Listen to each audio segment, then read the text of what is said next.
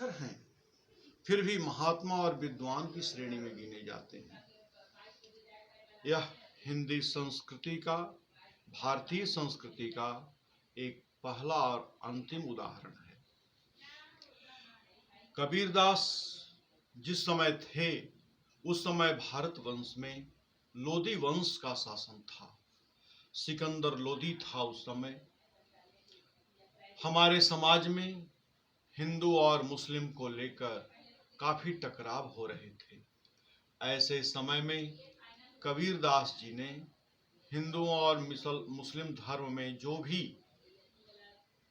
अंधविश्वास था उसको दूर करने का प्रयास किया। इनकी जो वाणियां हैं उनको संकलित कर उसको एक नाम बीजक के रूप में दिया गया। कबीरदास जी ने अपने दोहों को साखियां नाम दिया। साखी का अर्थ है साक्षी, गवाह। उन्होंने ईश्वर को साक्षी मानकर बात कही कि मैं जो कह रहा हूं वो बिल्कुल सच है, इसलिए इसका नाम उन्होंने साखी रखा।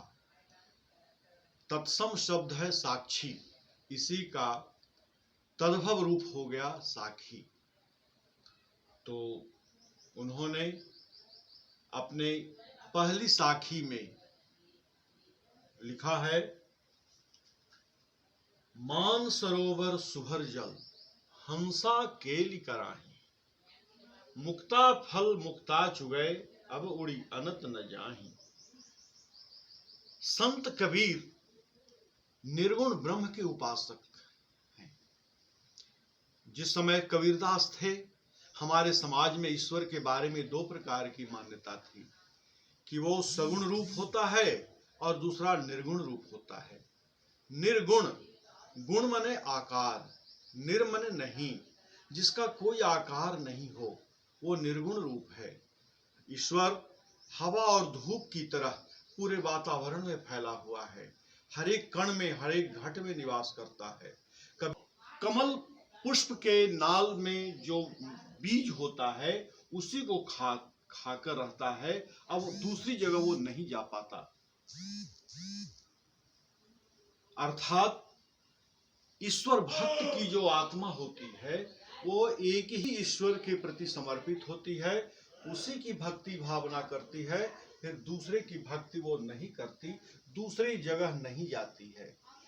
यह भक्त के स्वरूप के बारे में संत कबीरदास जी ने इस साखी में बताया है। अब दूसरी साखी, प्रेमी ढूंढ है मैं फिराऊं, प्रेमी मिला न कोई, प्रेमी को प्रेमी मिले सविष अमृत होई। कबीरदास जी कहते हैं कि मैं प्रेमी यानी भक्त को ढूंढने में चला, लेकिन मुझे कोई ईश्वर भक्त नहीं मिला। जब भक्त को प्रेमी यानी भगवान मिल जाते हैं तो संसार का सारा दोष अमृत में बदल जाता है, सारा विष जो है वो अमृत में हो जाता है। कबीरदास जी ने दूसरी साखी में भक्त के और भगवान के बारे में बताया है।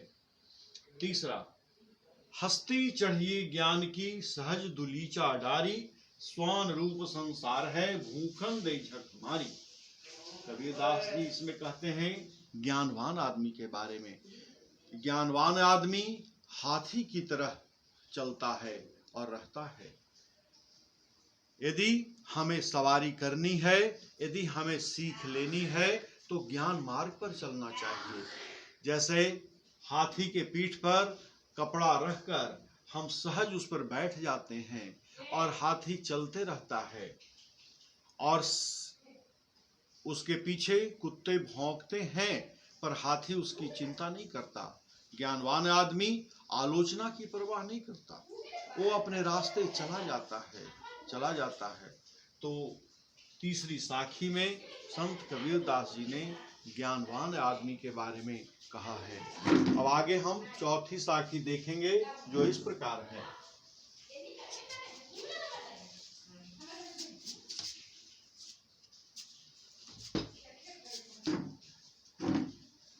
पखा पखी के कारणे सब जग रहा भुलान, निरपख होई के हरि भजय सोई संत सुजान। पखा पखी के कारणे, आज पढ़ा लिखा समाज कभी उस भगवान को, कभी उस भगवान को, कभी इस्लाम धर्म को, कभी हिंदू धर्म को मानता है। हमारे कबीरदास जी कहते हैं कि इसी में पूरा संसार दुख को प्राप्त कर रहा है। भगवान को भजना है तो निष्पक्ष होकर, निरपक्ष होई के हरि भजय। ईश्वर की शक्ति एक ही है, हमें उसी को भजना चाहिए। और वास्तव में वही संत भी हैं। सच्चे संत वही हैं जो सभी ईश्वर को, सभी धर्म को एक मानकर उनकी उपासना करता है। पांचवा, हिंदू मुआ राम कही, मुसलमान खुदाई, कहे कबीर सो जीवता जो दुह के निकट न जाई। हिंदू धर्म के लोग राम राम कहते कहते मर जाते हैं, लेकिन वास्तव में राम का दर्शन उनको नहीं होता है। मुस्लिम इस्लाम धर्म के लोग खुदा का नाम जपते जपते फिर इस संसार से चल देते हैं, लेकिन खुदा उनको नहीं मिलता अंत में। कबीरदास जी कहते हैं, जो अपने स्वार्थ के लिए, केवल दिखावे के लिए राम का नाम लेता है या खुदा का नाम लेता है, कभी भी न उनको राम मिलते हैं न खुदा मिलते हैं। राम और खुदा तो मन की एक शांति में मिलते हैं। जो दोनों के स्वार्थ में चक्कर में नहीं रहता, उसी को ईश्वर मिलते हैं। फिर कावा फिर काशी भया, राम ही भया रहीम, मोट चून मैदा किया बैठ कबीरा जीम। हम लोग आज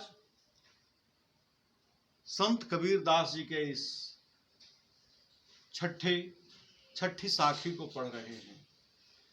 कावा इस्लाम धर्म का पवित्र तीर्थ स्थल है।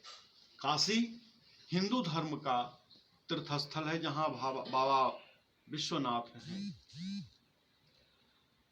हम कावा और काशी दोनों को एक कर चलें। ईश्वर केवल एक ही है, वो केवल कावा में नहीं और न काशी में है। जिस तरह से मोटे मोटे अनाज के दानों को पीसकर एक कर दिया जाता है, गेहूं, चना, मकई, ये सभी दाने के रूप में अलग अलग दिखते हैं, लेकिन जब पीस दिया जाए तो वो सभी एक हो जाते हैं। ठीक उसी प्रकार से धर्म के जो विभिन्न रूप हैं, हिंदू, मुस्लिम, सिख, ईसाई, सबको एक में मिलाकर जो वास्तव में उपासना करता है, वही सच्चा संत होता है, वही सच्चा ईश्वर भक्त होता है।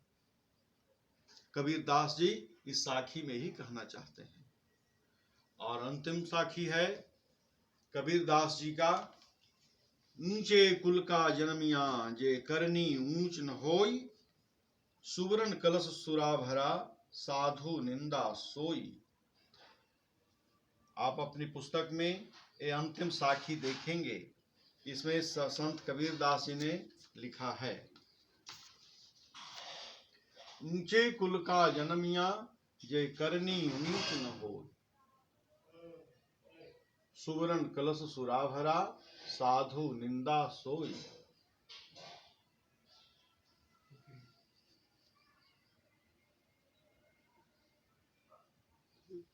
अर्थात ऊंचे कुल में, ऊंचे वंश में जन्म लेकर भी क्या होगा।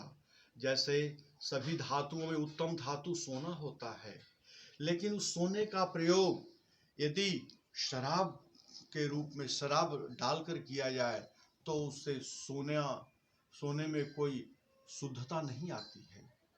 ठीक उसी प्रकार ऊंचे खानदान में, ऊंचे वंश में जन्म लेकर भी यदि हमारे काम ऊंचे नहीं हुए, कर्म नीच के नीच ही रहे, तो वो हमारे किसी काम के नहीं है।